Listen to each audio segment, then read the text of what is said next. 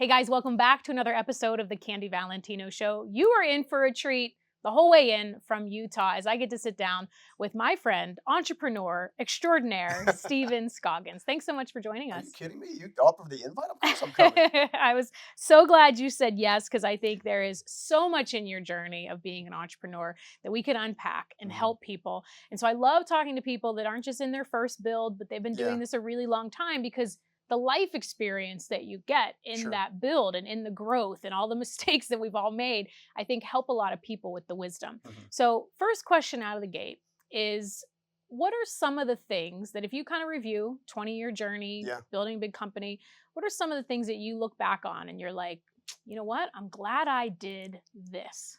I tell you what, I'd like to pivot it just a little bit because I feel like people learn more from our mistakes Okay. than we do anything else. And I would say that the greatest mistake I've ever made in building a business, ever made, was trying to build a business without building myself. Mm. So I got super early on. I was roped into business out of necessity. Part of my backstory is obviously being homeless and then starting the Mhm. business. In that respect, I needed shelter, I needed food, so I went and found a problem I could solve and tried to solve it. Essentially, is kind of what I did. So, Mhm. in doing so, one of the things that I didn't know was that you're gonna have to learn skills along the way. Mm. You have to learn how to lead people. And you learn how to hire and fire. And Mhm. you learn how to actually build and watch finances. I was probably in business 10 years before I could actually read a profit and loss statement, It's balance actually sheet. Like, common. yeah, it, It's actually common. well, and that unfortunately opened me up in 2017 for a large scale embezzlement that I went through as well. Mm. So I've had a variety of different setbacks along the way, but the primary thing that was at the heart of that was I wasn't focused on building myself. And I'm a Mm. big believer in a daily regimen, if you will, of kind of building yourself on a consistent basis. One of the things that I feel like I do that's a little bit unique is I have something called the Eight Pillars of Life. It's a spin on Zig Ziglar's Will of Life. Okay. The eighth pillar is contribution. So Yeah. if you do the other seven pillars correctly, you'll end up contributing by nature. Mm. Okay, so it's kind of like osmosis, but you have some goals in there. One of the things that I do is I wake up 5:30, prayer, meditate, hit the gym, but on the way to the gym and part of that recourse and part of that course of action is the next 90 minutes of that morning is based on a specific pillar of life, looking at specific thought leadership, a book, a Mhm. podcast, YouTube, whatever I can get my hands on to continually develop that segment of my life. Mm. That regiment, I think, long term has allowed me to be kind of more well rounded rather than just consistently focused in one category. Because, in entrepreneurship, especially in early days, it's like all about what can I build so I can prove that I can build it, Yes. right? Little identity crisis. And the reality is one of the things that I picked up on along the way was the business will never outgrow your conception of the actual infrastructure itself. Mm. So if you think you're going to build a small business, you're going to build a small business. If you Mhm. think you can build a big business, you're going to build a big business. But the why you build the business is a whole lot more important than just building the business Oh itself. yeah. And I find that that eight pillar philosophy allows me to build myself and avoid me not building myself on a regular basis by giving me balance on a consistent basis. Can you run through the 8? Do you know them off by heart? Well, you got financial, obviously, Mhm. physical, spiritual, emotional, professional, develop what I call developmental. So Mhm. that's kind of like getting back into that, right? Mhm. Obviously, contribution is the eighth one, Mhm. and the other two are escaping my mind at the top of I mind. think you had 7 there. So Yeah, probably grow something like that. yeah. Yeah. So Relationships, relational. Yeah, relational. That makes there it is. sense. Yeah, Complete. So you've obviously done great things. You've obviously talked about what you just shared here, which is about building yourself, but you just glossed over something very important that I don't know if the audience caught, because you were once homeless. hmm So tell us about, if you're willing to share, yeah, sure. what were the circumstances that created that? How long were you? And Yeah. then how did you pull out of that? Because obviously you had to have a totally different set of beliefs and Oh, yeah, mindset for to sure. even shift to do Yeah, anything, for sure. right? Like anything at all, not Yeah, build a big company. Like that's like a whole other, that's yeah, down the path. But how did you get there? How long were you there? And what in the world did you do in order to get yourself out of that place? yeah, for sure. I get the question kind of fairly regularly because it's like, how'd you go from one to the other, one extreme to the other? The easy answer is pride took me there, Mm. and radical transparency got me out of it. Mm. But I'll back it up a little bit.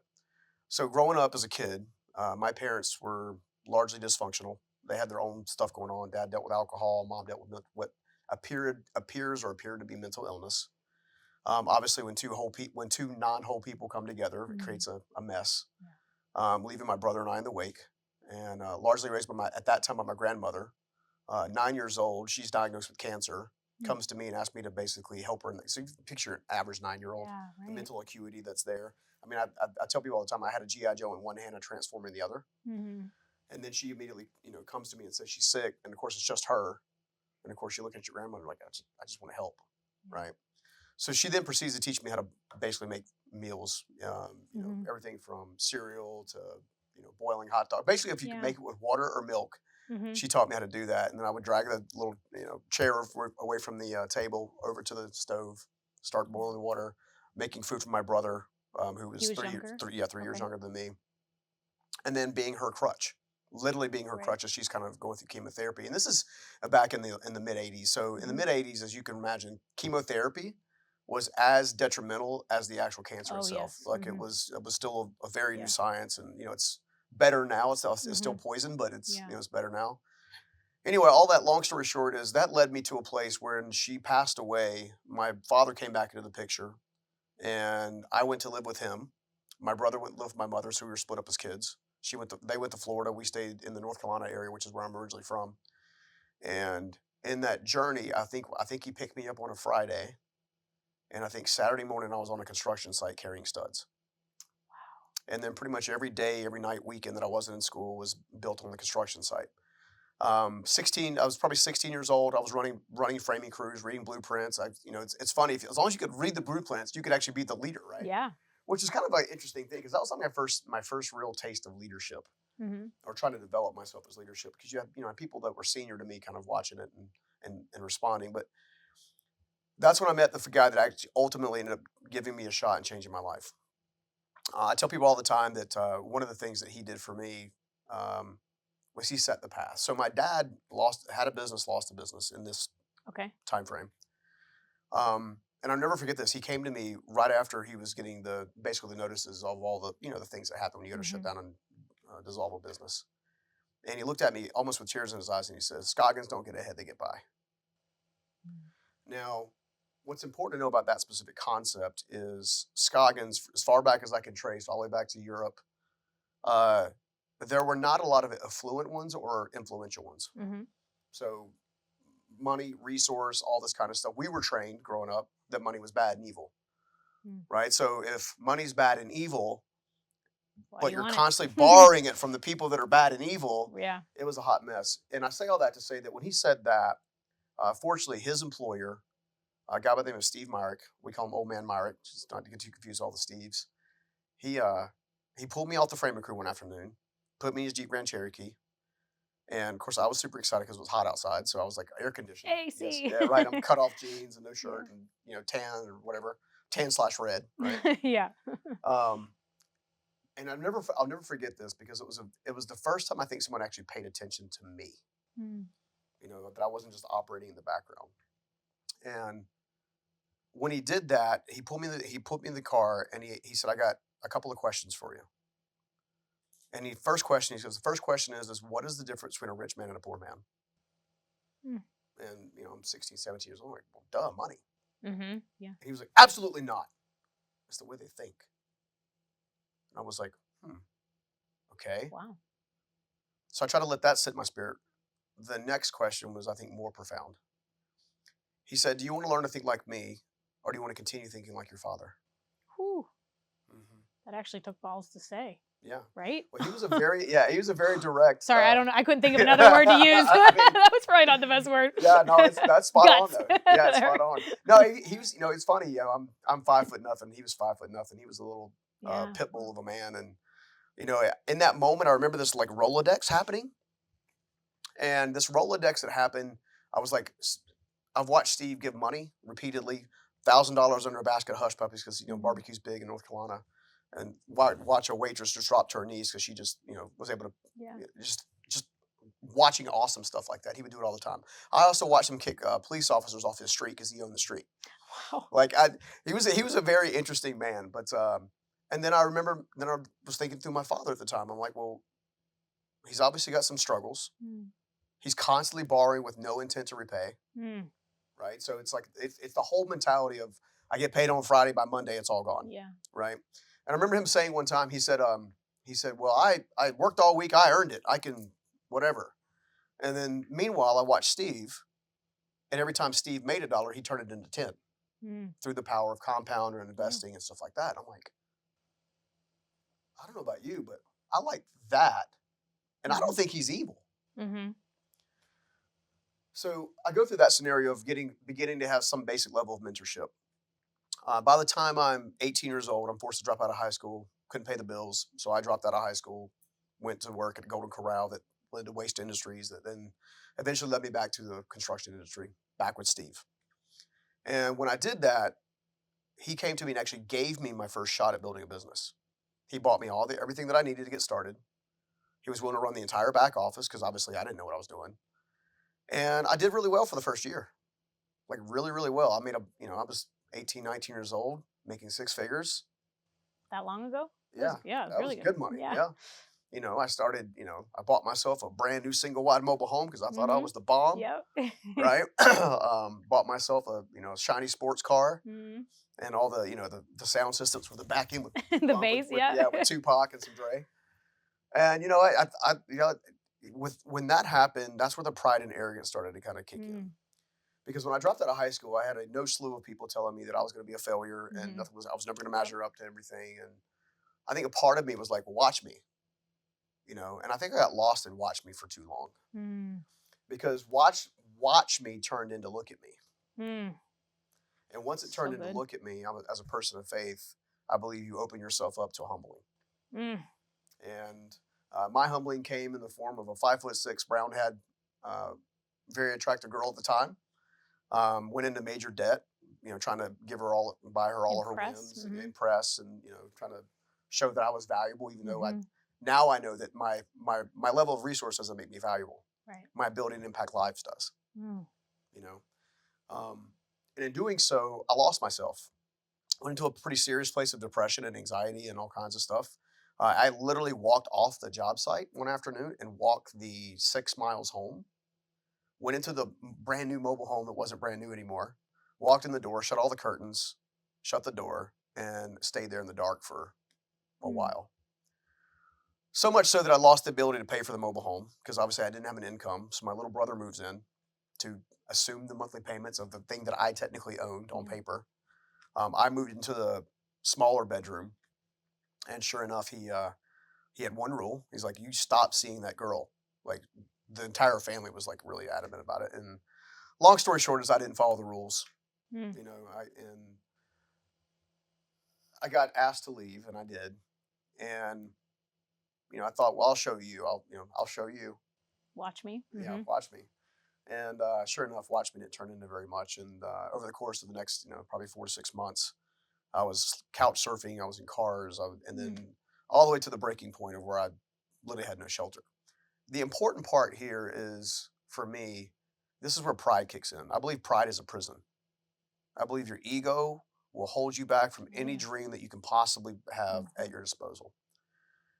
And at any point in time, I could have picked up the phone and called my father, Mhm. even though he and I didn't get along great at the time. I could have called him and kind of got myself situated. So fast forward a little further past that experience, I discovered something interesting, and that's that radical transformation only comes from transparency. Mm. Until you're authentically transparent with yourself, you will never actually see the wholeness of yourself. You're not going to see your gifts, your talents, and all this Mhm. kind of stuff. You're gonna see yourself in a improper light, in a light that's not consistent with your authentic self. Basically, it's the show me attitude, right? Right. Or I'll Yeah. show you attitude. Right. Yeah. I had something out of the movies one time. They used to have a gym called World's Gym. Yeah. Very similar goals. The Yeah, for sure. steroid guys. Yeah. And that was my way of kind of faking it Mm. because I had a membership at the World's Gym that I had paid in full like the year prior, and so I started showering there. So no place to go at Mhm. night. Yep. Jumping from house to house. Mhm. You breezed over until you had no shelter. Were you sleeping on the street at some point, or In certain homeless areas shelter? in the rural area, not like in the downtown Not city, like downtown, under a bridge or nothing like that. but still nowhere to go at night. Mhm. Then when there's finally daylight, Yep. you're going down to World's Gym. Yeah, my thought process is if I didn't get cleaned up, I couldn't get a job. And are you in like, are you being naive? Are you about how bad it is in that moment, or do you still have a persona? Like, are you going Mhm. into the gym as if you're there at the gym and you're working out and It showering? started off that way, Okay. and it quickly got to a place where I was just beating myself up on a regular basis. Mm-hmm. And I think this is where that catch 22 kind of, not catch 22, that opportunity happens. Mm-hmm. The opportunity actually happened when, on the latter side of obviously being in that environment, I go to the girls' gym, and I remember just I was washing my face. I lifted up. I looked in the mirror, and I was like, "Dude, what the hell are you doing?" Mm-hmm. I finally had that epiphany of, just a year ago, you were given the best opportunity to build a business from scratch with all the support you could have, with Mm-hmm. with an access to a multimillionaire on a consistent basis for mentorship, who's willing to pour his energy and his influence into you, and you threw it all away. You threw it all away because Yeah. you were being foolish, Mm-hmm. you know. And in that moment, I started hearing this other quote, this other saying that he used to say to me all the time. And he'd say, "Stephen, you have to be willing to do today what others won't, so you can have tomorrow what Mm. others don't." And he would say it all the time. And for some, that was like in my head. It was replaying consistently, Mm-hmm. like, and I was like, I just don't. I didn't really know what to do in the moment, Right. other Yeah. than I had a realization, and that's where that truth about honesty and transparency, and that to me was the granular, or the seed of the overall transformation that started. I found my faith a few weeks later. Mm. Ironically, my brother invited me to clean his litter box, darn $50 in the mobile home that I had gotten kicked out of, that I That you technically originally owned, bought. that I technically owned on paper, Oh that he my was making gosh. the payments on. And and that story would take a while to explain, but let's just say that God took me to a place where He humbled me while cleaning up cat crap Mm. to get my attention, to give me a second chance. Mm. And what I remember this. It was interesting because I remember one of the things I remember praying in that moment, a little after that moment, was, all right, if I am this person that you believe in, because by that time I was kind of atheistic or agnostic because of Mm-hmm. all the pain and garbage. Mm-hmm. If I'm this person, then let me be the one to break all these curses. Let me be the one to kind of like do something with my life. Mm-hmm. Let me be the one, the person to, you know, I don't know, just have stability. Because stability wasn't common. Right. You And didn't have any to that point. yeah, and the extended family didn't have a lot of it either. Yeah. The extended family was full of alcoholism. The Mm-hmm. extended family was full of abuse. Like, not from my father to my mother, but my Mm-hmm. mom suffered quite a bit of abuse Mm-hmm. growing up. Um, so it was just constant toxicity.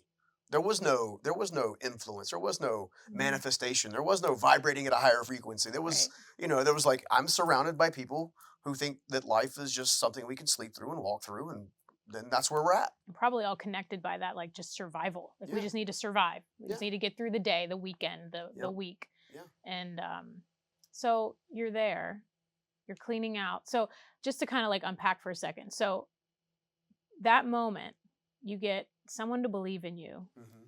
somebody to help you, Yeah, really help you yeah. get off this path. He must have had so much love and compassion for you and your situation, right? Hmm.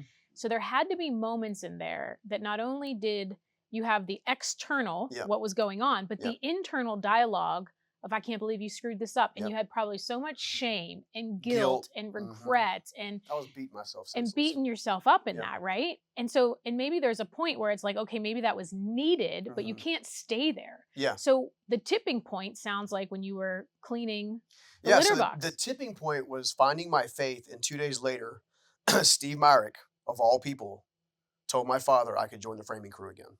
Wow. Right. So at that time, it was to join the framing crew was $12 an hour Mm-hmm. as a quasi senior carpenter. He used to ride around the neighborhood because he would buy communities, he would develop the land himself. He owned all the trades. He would start the trades, own the trades, and he built his, like, he was vertical integrated before it was cool. Wow. Right. Just a brilliant little man. Yeah. And he lets me back on the framing crew. As he's driving around the neighborhood every day, I'm like freaking, like, I'm hiding. I don't want to see him. And then on our first Friday afternoon after being on the framing crew, My father asked me to go next door and reframe a garage door goalpost. So you and I obviously do real estate, so we know what that is. Mm-hmm. But for the audience, maybe Well, yeah, not as tell them. familiar, it's basically the frame that holds the garage door in place. Yeah. Right. And it was crooked, and I had to go basically correct it. When I did that, I went next door, and it just so happens the guys that took over for me doing the siding work, which is what he had me doing, were kvetching, so to speak, of all kinds of like, well, he's not paying us. And back in the day, we operate, and they still do this commercial. They operate on a draw schedule. I know you're familiar with that. So 50% done, 50% pay. Yep. Well, these guys were 70% drawn on a 40% completed property. Oh. So they were way overdrawn. Yeah. And yet they were complaining about not coming the following Monday if they didn't get paid or get whatever. It was clear that they had substance abuse issues of their own. Anyway, I had this moment where I finished what I'm working on, but I'm so mad because I'm overhearing. I was like, how, in my spirit, I'm like, how dare they hurt him and like, because, he had been crazy generous to me. Right, yeah. Right? And as I'm so fired up, I'm walking walking between house to house, and I'm walking next door. And I remember in my spirit, I what felt like audibly here, wasn't that what you did? Whew. And I got wrecked. Oh, I just got chills. I got wrecked. And again, it goes back to transparency, being honest, like being accountable, being responsible, being consistent, right? Being present. And as I walk across the house, my father, he's getting the paychecks for the week, and back in the day we'd quote unquote knock off at 2:00, which means on 2:00 on Friday afternoon we all went home, and we started the early weekend, which then bled into not having money on Monday. Well, my father goes and starts going to get the checks. Well, Steve comes back around. He parks up on the hill in between the two houses to get the checks. So my dad walks across to go get the checks, and he's walking back towards me. I was so mad or so frustrated or so fired up in my spirit that something took over inside of me, and I walked next door back towards Steve. And I had been ashamed. I had been guilty. I didn't want anything to do with anything. Like, I was avoiding him at all costs. Yeah. And this one moment and that one statement that I felt, like, that changed the game for me. So I walk over to him. I knock on the window. He rolls down the little window. And of course, he's old country guy. So he says, what can I do you for? How's your head now, boy? And I'm like, it's getting better, because obviously there's like signature language, I guess. He said, well, what can I do for you? I said, well, I was next door and I heard these guys and they're saying they're not going to be here Monday, da-da-da-da. Can I please take back over for them if they don't show up? He said, boy, you burned me once. You ain't doing that again. No, that's crazy. Besides, I already sold them all that stuff I bought you. That's their stuff. It's not my stuff anymore. And I was like, well, I understand. But if you give me a second chance, I promise I'll never let you down. And he was stunned. And he's like, well, look, I can't buy the equipment. I can't do the stuff. And I was like, well, I'll figure it out. A true entrepreneur. I'll figure it out. Create something from nothing. Innovate something into thin air. Although that was before I knew what entrepreneurship really was. He reluctantly agreed to allow me to finish the house the guys were working on if they didn't show up by 9 a.m. the following Monday morning. Because you're supposed to be there at 7, but he wanted to give them a little grace. So what did I do? I spent all weekend building all the materials I would need to start the projects with my father, who finally showed up for the first time in my life. He pulls nail guns out of the van that he had at the time. And he goes, he goes, you got scaffolding to build. I'm like, okay, what does that mean? I know what scaffolds were, but what do you mean build? He said, we're going to start pulling stuff out of the trash piles. We got stuff to build. And we did. We made walkboards. We made the pump jack posts. We did everything, not knowing if those guys were going to be there. Yeah. So I think Entrepreneurship 101 states that you have to be prepared. And that goes back to building yourself. You're building yourself. You're better prepared for the opportunities that come your way. And then you got to seize the opportunity. Monday morning, the guys don't show up. Steve's there. I'm sitting on the curb. Did you instinctively know? Instinctively know which part? When you got that word and you walked back over to him, was there like something instinctively that you knew those guys weren't showing up? Oh, yeah. So you just knew, even though he wasn't there yet, you knew. So you're just, I'm going to lay the track that I need on Monday morning. Yeah. Think about it this way. A lot of people talk about manifestation. Okay. And I don't believe in manifestation at the core level of I can sit in this chair and I can say, I want a new airplane, I want a new Yeah. airplane, I want a new airplane, I want a new airplane. I instead believe that manifestation is nothing more than faith fueled by focus. So faith is going to work out, but focused intention to get the job done. So So good. build the thing, do the thing, Yep. meet the person, shake the hand, kiss the baby, make the website, build the funnel, create the email sequence, Yes. like do the work so it actually happens, right? Yeah. And I believe that manifestation comes by faith and focus. So that's kind of my 2 cents on manifestation. In this particular case, what happened is obviously the guys didn't show up, but I was on the curb ready and prepared. I spent the entire weekend getting prepared. I spent my entire paycheck of $176 on renting a brake machine, which is a device used to make fascia trim, basically, for the audience. And when I did that, I didn't know. It was faith, but I was focused on what I was going to try to get accomplished. Guys don't show up Monday, 9 a.m., 9:06. He rolls around and says, "Boy, what you waiting on?" That became the first house that I did of the business I was just telling you about off air. Oh, wow. That is in multiple states, has employed 1099s included, upwards of 400 people. Wow. Provided for all the financial resources and capital that you saw with our live event facility that you got to speak on stage a couple of times. That's the beginning. So when I say I started out of necessity, I started out of necessity with the intent on doing something. What I didn't fully realize is, and this is something, it's just another thing that happened in my little heart. In my heart, one of the things I heard was, one day I'll call you out of this. I have no idea what that meant. So every 5 years, I'll be like, can I go now? Can I go now? Can I go now? It's hot out here. I've been driving nails for a while. It's hot. And now, 20 plus years in, 25 years in with that specific business, I look at what I believe. Again, I'm a person of faith. What I believe God has put in front of me.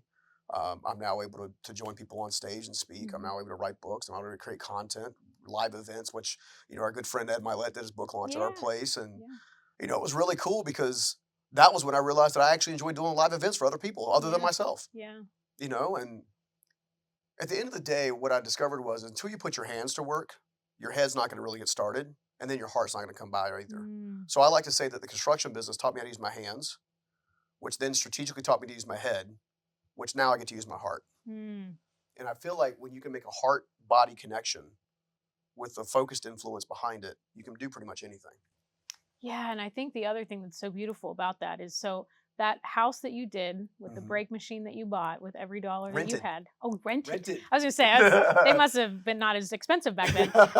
So you rented that, you had scaffolding built, you had all the supplies, and that was the first house that you've done in the company that you've had for 25 years? 25 years. In 2022, that company did just under 100, 82 million, like just under 80 million. 80 million.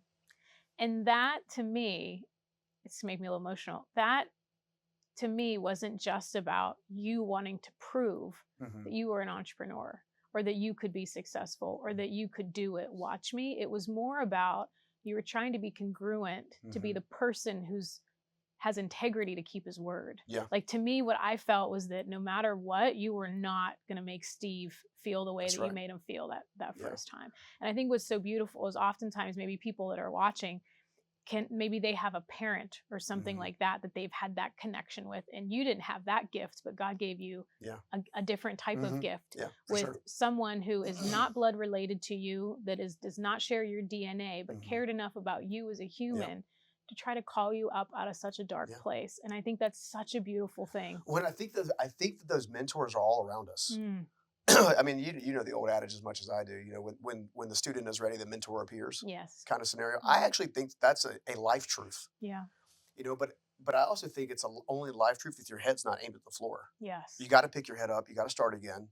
I've had in business. I've had all kinds of quote unquote successes or wins. I've had moments, but where I thought I was going to lose everything, and sometimes they were in the same week. Yeah. I mean, my gosh. You know what I'm saying? I always say entrepreneurship is like knowing exactly what you want and having no clue what you're doing, all within 5 minutes of each other. Exactly. But that's where the entrepreneur comes in, right? The entrepreneur is the creator. That's one of the things I think I love about entrepreneurs, right? Is real. So first of all, real entrepreneurs, when they look another entrepreneur in the eyes, they know it. They know. They don't you can tell when somebody's an entrepreneur. There's a lot of them. Someone's an entrepreneur. Yeah. Right. Yep. And some of that you can do through discipline. Some of that you can do through diligence, how Mhm. diligent they are, not just the discipline of what they do, but Yeah. the intent in which they go after that Yeah. objective. Um, and I also think that entrepreneurs, this is why I love them so much, is especially in early age, are gunslingers. Oh yeah. You know, and one of the programs that we have is called Unstoppable Startup, and one of the first things I try to teach entrepreneurs is to understand where you are in your season. Not like spring, fall, and whatever, but Build. so to me, Yeah. there's 5 phases in building a business. Mhm. Startup is hustle and grind, make something out of thin air. It's building the scaffolding out of the trash piles. Mhm. It's, spending your last dime to get started. Mm. It's throwing that big risk and going at it. And then there's the testing phase. Okay, so startup phase one, testing phase two. Is this working for me? Is my Mhm. product right? Is my solution right? Am I making money? Am I not making money? Am I Yeah. burning the candle at both ends? Do I need to hire somebody? Like what is at the core of it? And then it's in investing. So now you got a framework. You got a business that you started. You've got a pretty good roadmap that this is working. All right, now you have to figure out what you're going to invest in. Is it an ERP system for Mhm. for production suites? Is it accounting? Like what is it? Like what are you going to invest in next? Yeah. More How do you, people. Yeah. people Mhm. like resources, trucks, equipment for service-based Yeah. businesses? It might be your first computer if you're a digital marketer, like Yeah. coming out of the gate, right? But you're investing in yourself. One of the things that I've told entrepreneurs before is it's really interesting to me because real entrepreneurs continually invest in themselves and their businesses Mhm. long before they ever take their first big distribution, Yeah. right? And that's where I think a lot of entrepreneurs get really in trouble. Hey, I made a bunch of money this year.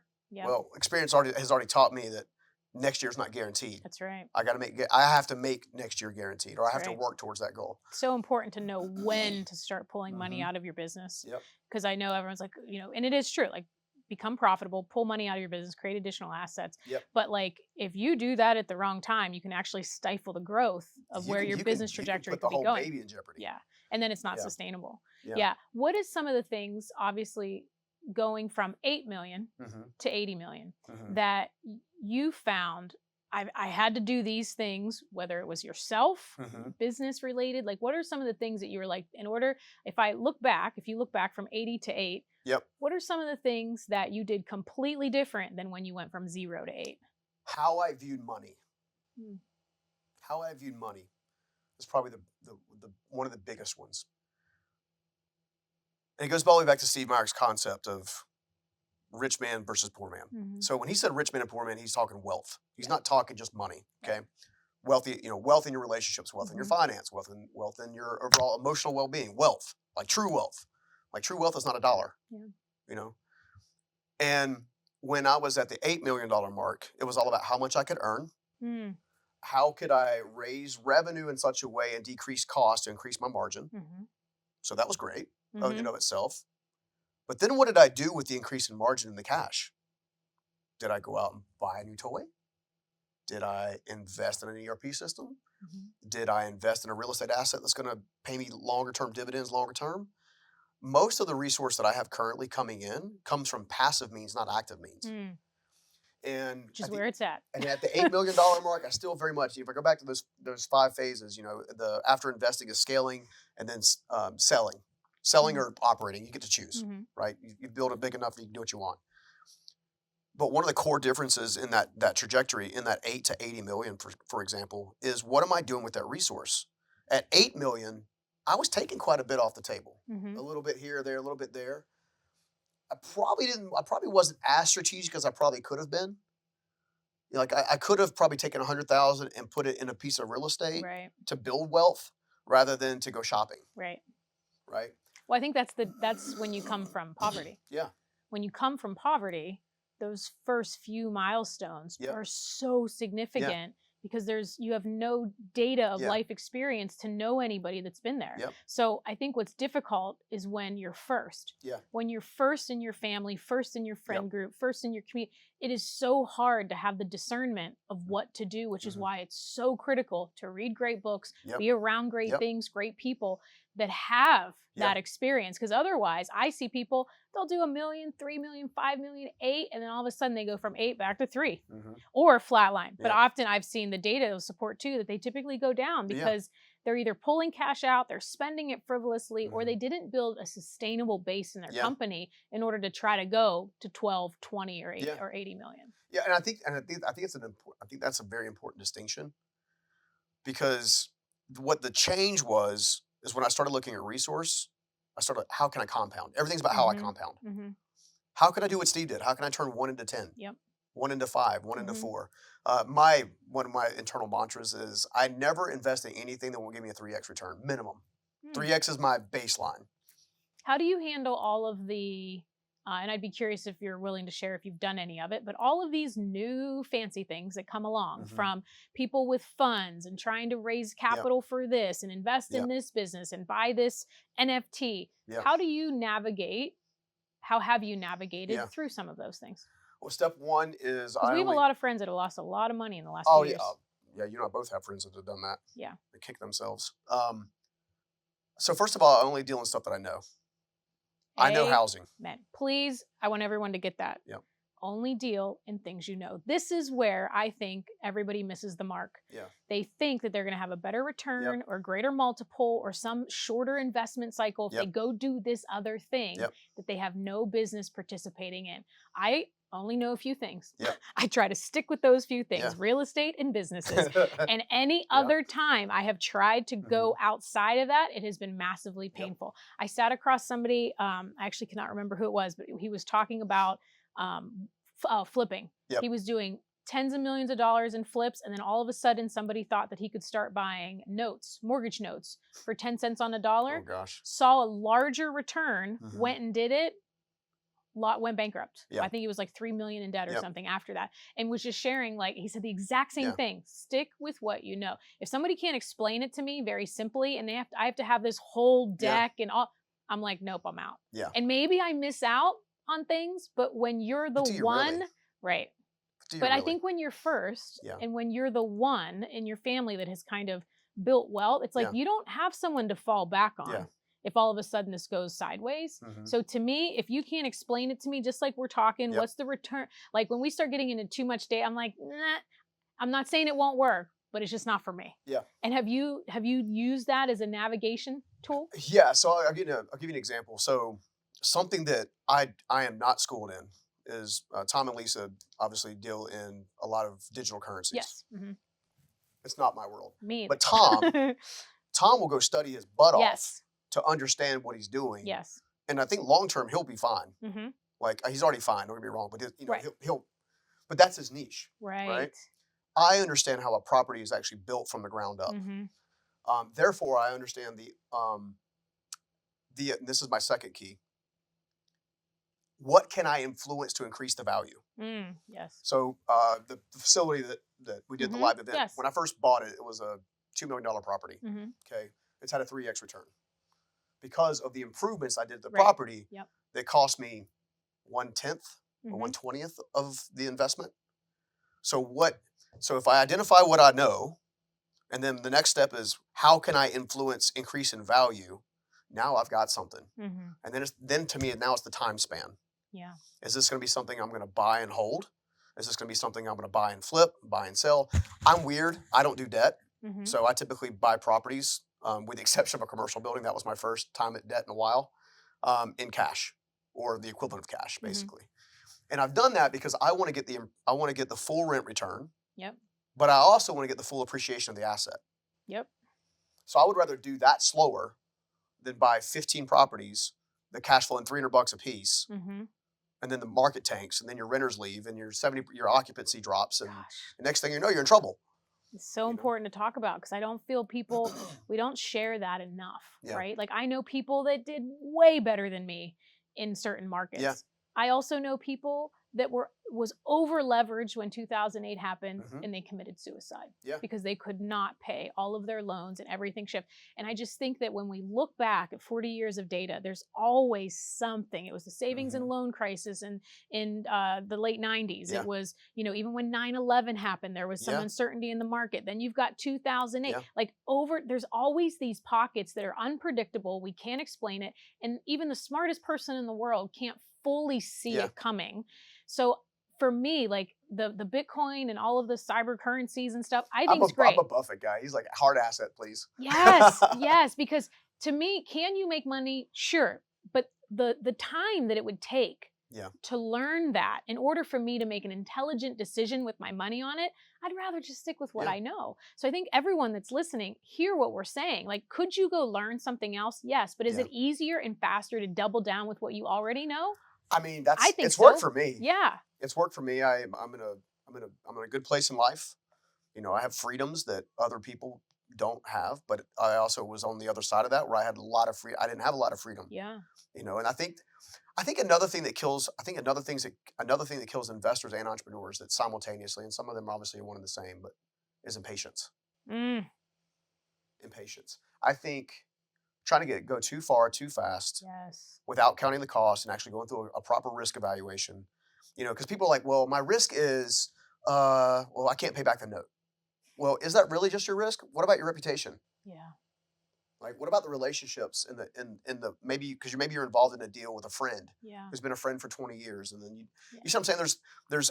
There's other risks than just a financial risk. There's legal risk, there's relationship risk, there's reputational risk, there's all these different segments, and a lot of entrepreneurs are all upside. Yeah.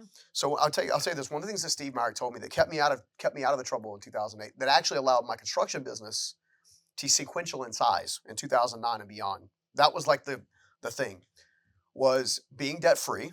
Yep. Okay, so everything that I had in the business at that time was paid for. It doesn't mean I didn't sell some stuff off going into that season. Sure. It was, call it instinct, call it whatever. Steve Myrick told me a long time ago. He said that the bear is always chasing the bull, and the bull is always poking the bear. All right, so people are familiar with bull markets, right? Mhm. Yeah, everything's amazing. Yep, Everything's we just came let's out go, of. Yeah. Right. right? And you got the bear market. Oh my God, the world's gonna be doing that. Don't Yep. freak out, you know. He's like, you need balance. Yes. If when you're in the bull market, you need to be prepared for the bear market, and when you're in the bear market, you need to be getting yourself prepared for the bull market. Yes. So a wealth principle, and I know you love this, and I know a lot of our friends are kind of on the same thing. A lot of us made most of our money in downturns. Yeah. Okay. A core principle of that is we stay out of fear because we stay consistent. A consistent approach will always outperform a roller coaster approach. Yes. When you look at the highs and lows. A bull market is there to help you get going. Maybe you can get capital a little bit cheaper depending on what's going on. There's a lot of pluses in a bull market, but if you get too excited about the bull market and you think, oh my God, I made $10 million this year. We're off to the races. We can invest over here and invest over here. I'm gonna try this. I'm gonna dabble in this. I'm gonna dabble in that. And now you got diluted focus and our mutual friend Yes. Rory. He has such a great quote. Oh yeah, Everyone diluted uses focus, that. diluted results. That's like a testament. Take the stairs all day long. It's just you open yourself up to unneeded risk because you're being impatient. You're not being consistent. You're not paying attention. You're not watching out for the tea leaves. You're not looking at your financials as much as you used to. You know, I was talking to a good friend of mine that's starting a retail store in the middle of a shopping center.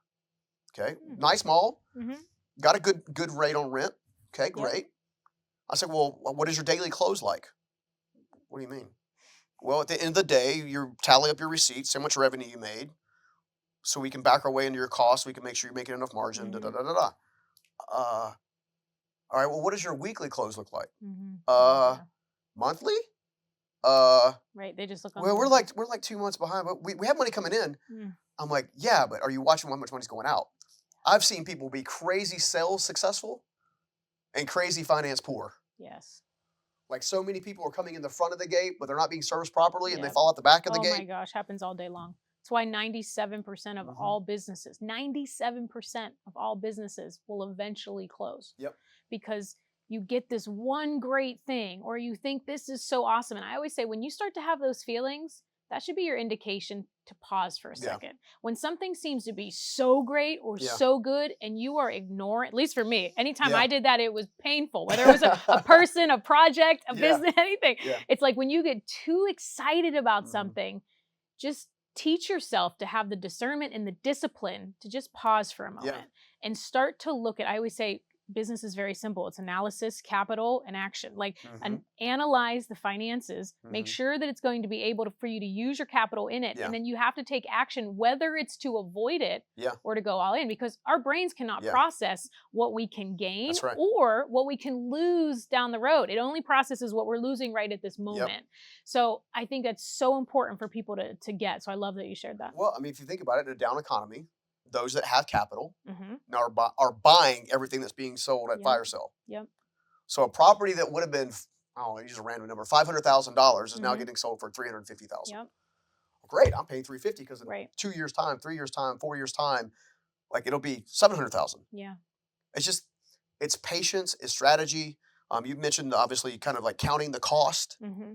Like most people won't do enough diligence to even find the data to look at to count the cost. Yeah. Right. Well, because they don't really, there are a lot of people that really don't want to know. Yeah. They would rather just go in because that feels a Yeah. lot better than actually understand. I always say it's like the interest rates. Like Yeah. everybody is up in arms about the interest rates.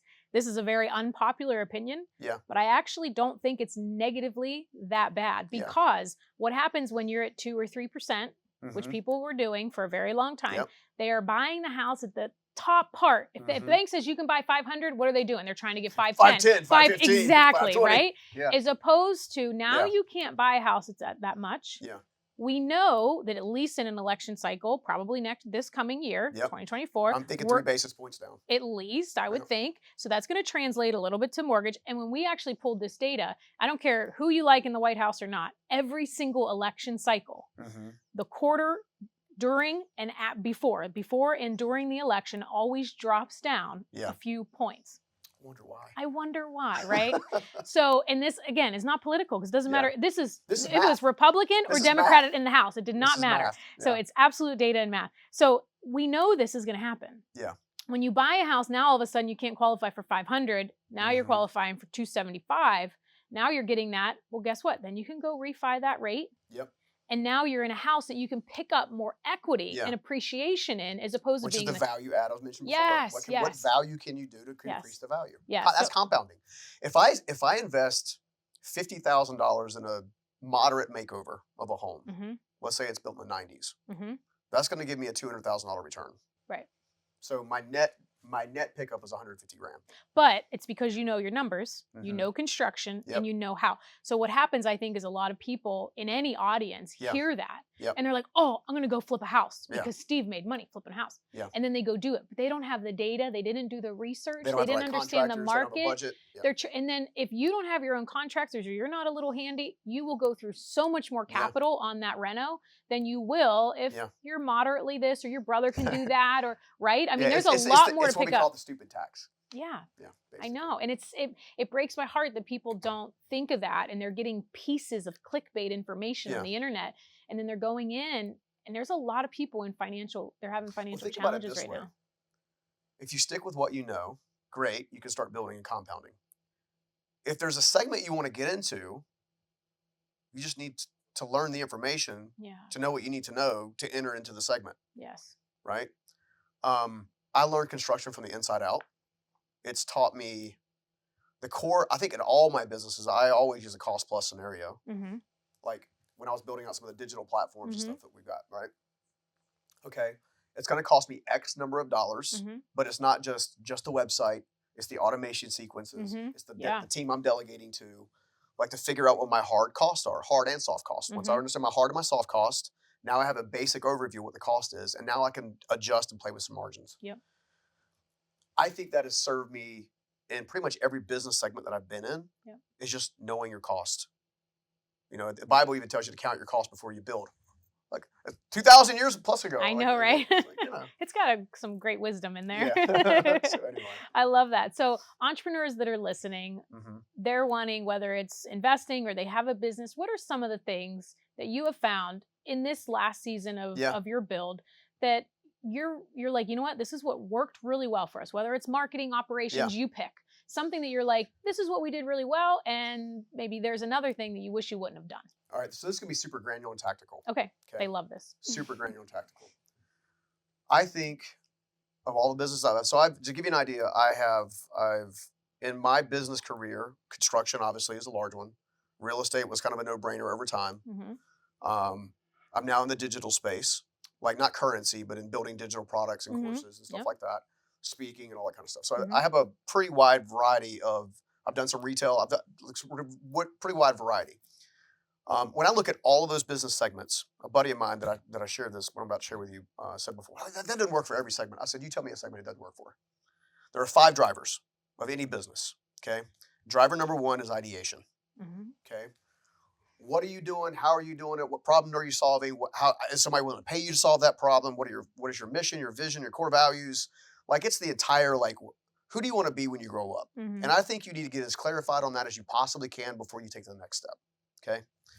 The next driver is sales. Okay. What are you selling?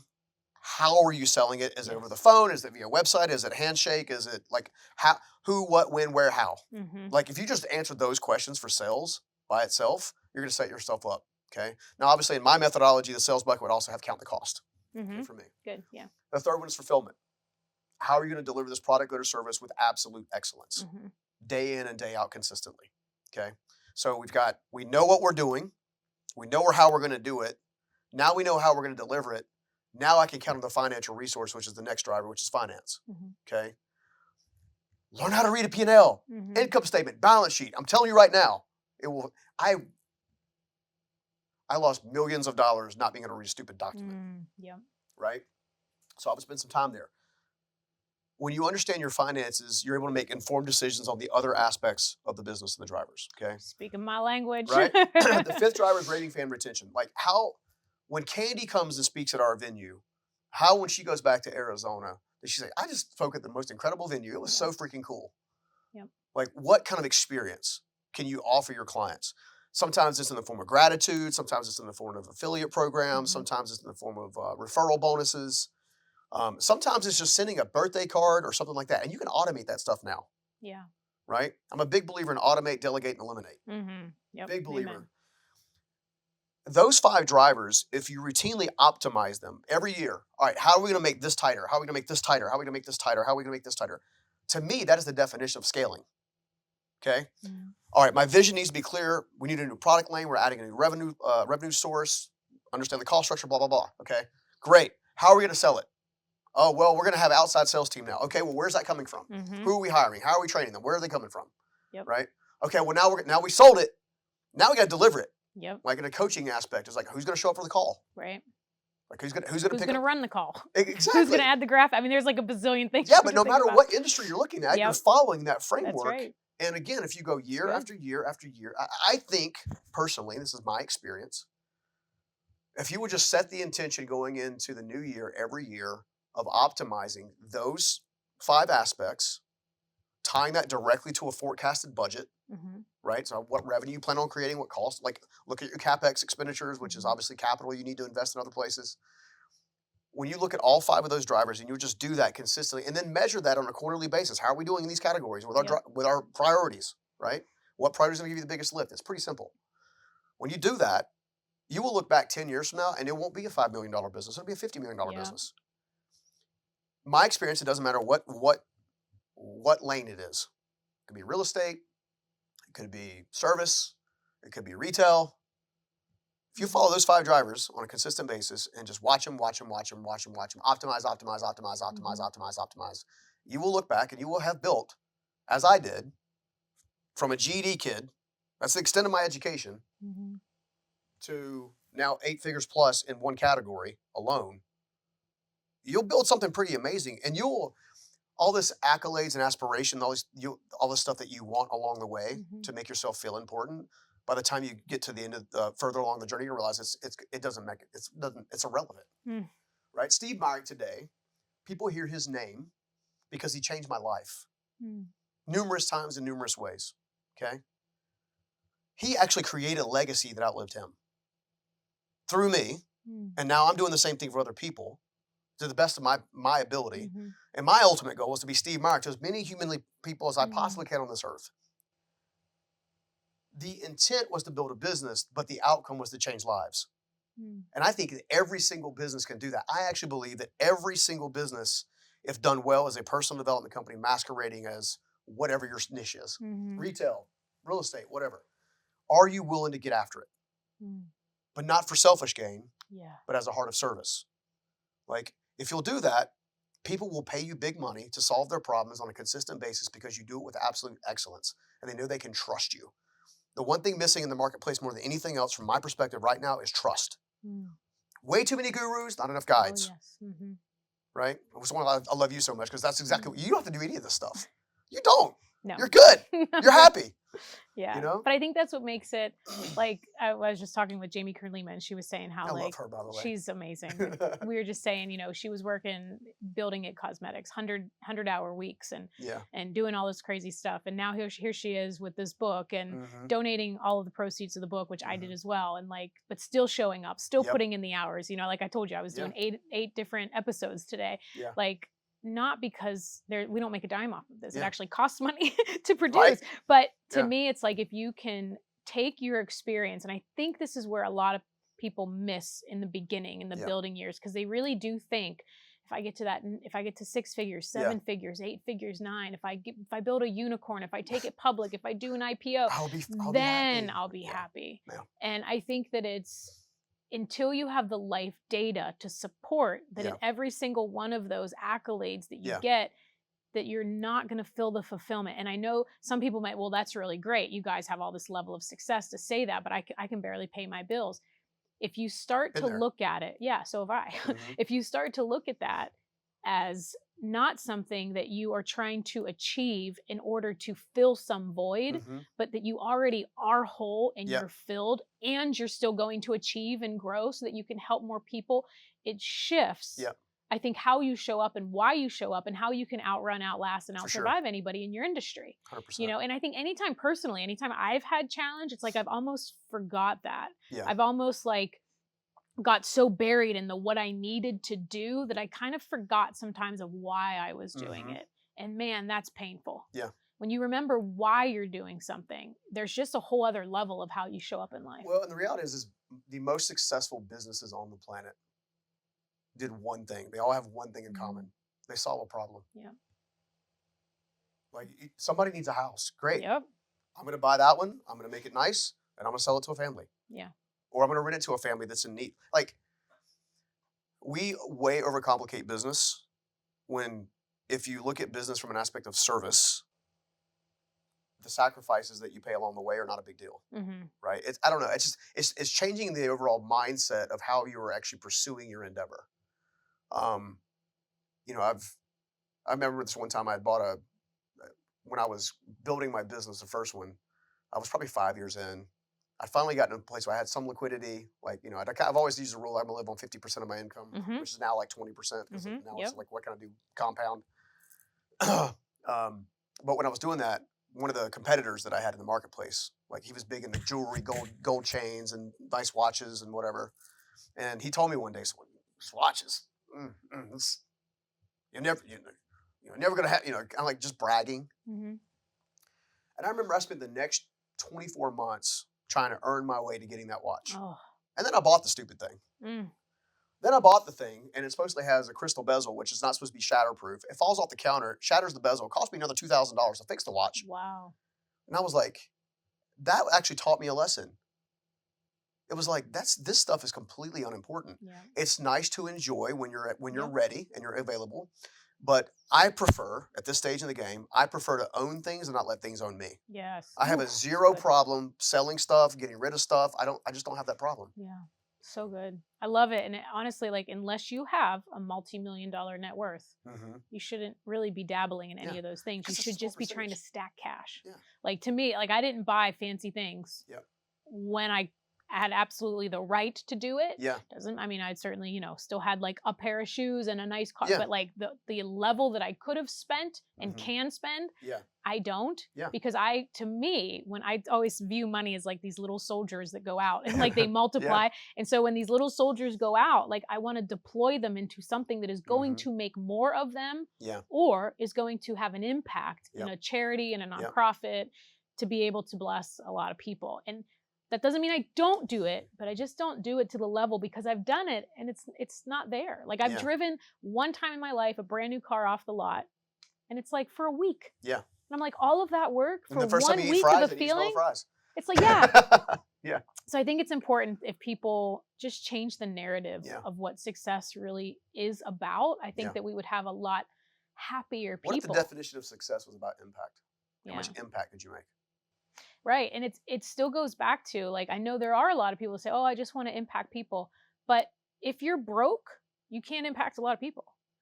Right? Like if you're not I successful, mean, maybe financially, but right, I've financially. had many broke people give me wisdom that I needed. Like maybe Mm. they had a really strong marriage, Oh yeah, and that's true. Yeah, I was and thinking but financial. That's so true. Yeah. yeah. So I forgot which. It's a famous author of some kind. I'm gonna butcher the quote, but essentially, is that every person is superior to me in some way.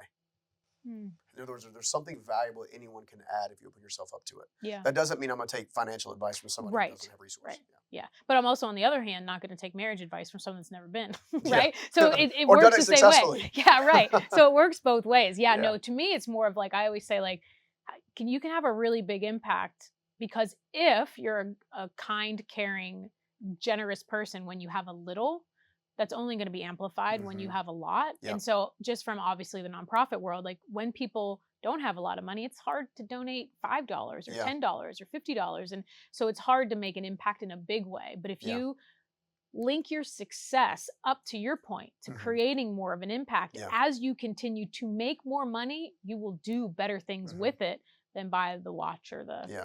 the boat. The one wish I wish I could do right now. And I know we're running short on time now, but the one wish I have is I wish Steve Myrick could have seen what his investment in me became, Mm, and to see that I've worked really hard to be a good steward of it. mm. He's You know, passed. he passed in 2003. Oh, wow. And here you are 20 years later Hmm. still talking about him. Yeah. What an impact he's had in your life. And what a gift Yeah. of grace that you were given at some time. It's just such a beautiful thing that happened. And here you are still keeping Yeah. his name alive For in sure. the Well, world. think about this, okay? And this is something I'll kind of leave it here a little bit.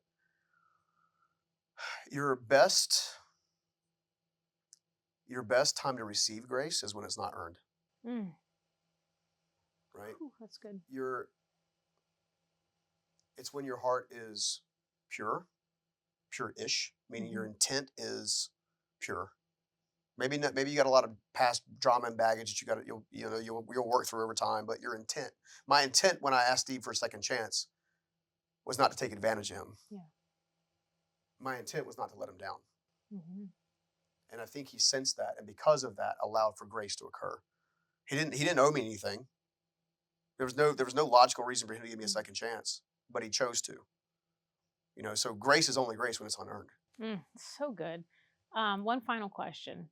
We talk a lot about business, Hmm. money, wealth. What does wealth mean to you at this stage in your life? Oh, that's such a good question. Wealth not properly stewarded is a complete waste. One of the commitments I've made to myself is if I can afford to buy a second, third, or fourth home, then I better be able to give in equal manner. Mm. So, I'm very blessed to have some nice things now, but I'm also blessed to also be able to give some nice things now. Hmm. And to me, they need to be balanced.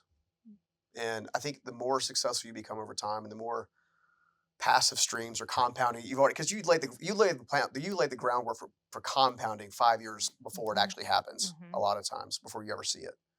But when you've done that successfully for a number of years, you're going to have more resource in some cases than you really know what to do with. Right? What are you going to do with that resource? What Hmm. impact can you make? One of the things that obviously you and I share a passion for is like, how do we help the old versions of us? Hmm. Yeah. Like, how do I help? How do I go find the GED kid who's got an entrepreneurial brain and has no idea it exists? Yeah. Like he or she sees in strategies, Hmm. right? But they're flunking out of school. Yeah. That's how do we do that? And I think for me, wealth is only wealth if it's stewarded towards the impact and towards the grand scheme, the grander plan, I guess. Yeah. It's It's so I good. don't know. It's a weird kind of vibe, but wealth is not money. Wealth is not stuff. Wealth is not things. Wealth is not. There's an element to freedom to it, but wealth is only wealth if it's used to help other people. Yeah. It's beautiful. Thank you for sharing. It's such a beautiful story of who you were, how grace entered your life, just your whole journey to becoming who you are now, and and seeing all the successes and how so many people get to this point and they start to take all the Hmm. credit and have a big ego.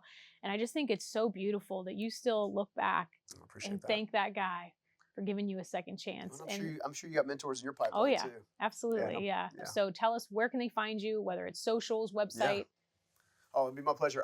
Probably easiest to do is just go to stevenscoggins.com. Okay, That's with a PH and two G's in Scoggins. So perfect. STEPHENSCOGGINS.com.